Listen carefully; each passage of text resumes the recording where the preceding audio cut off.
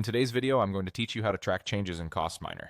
This is an essential skill for managing your construction estimating and takeoff software effectively.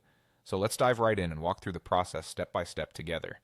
To get started, open your web browser and head over to the CostMiner website. Once you're there, you'll be greeted with the homepage. Make sure you have your login credentials handy because we're about to log into your account. Click on the Login to CostMiner button. Enter your username and password, then hit Enter to access your account. Now that you're in, it's time to locate your specific project. Depending on your dashboard setup, you might see a list of all your active projects. Simply click on the project you wish to track changes for. This action will bring up the project details, and from here, we'll move on to the next step.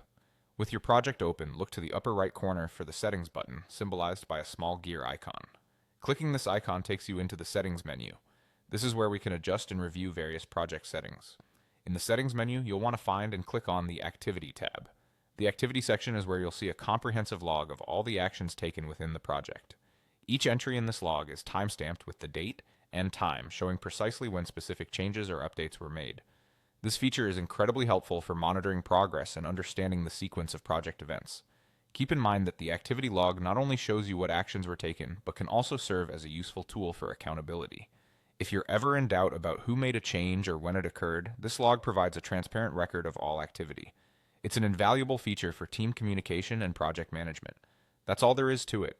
By following these steps, you can effortlessly track changes in your CostMiner projects. This process ensures you're always informed about what's happening with your projects, letting you manage your work efficiently and effectively. And that's the wrap-up for today's tutorial. I hope you found this guide helpful in understanding how to track changes in CostMiner. If you have any questions or need further clarification on any of these steps, feel free to leave a comment below and I'll be glad to assist. Thanks for watching and be sure to subscribe for more helpful videos. Have a great day.